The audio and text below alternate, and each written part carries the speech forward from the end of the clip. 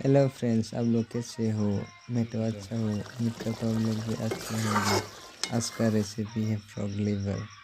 आप लोग देखते जाओ, ये फ्रॉग लिवर आज का रेसिपी बनने वाला है। कैसा लगेगा आप लोग को? शायद आप लोगों को अच्छा लगे। आप लोग देखते जाओ।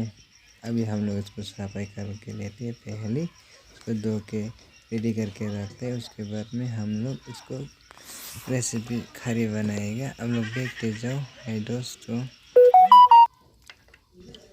फ्रेंड्स, आप लोग को अच्छा लगेगा तो लाइक कर देना मत भूलना। फ्रेंड, लाइक कर लो।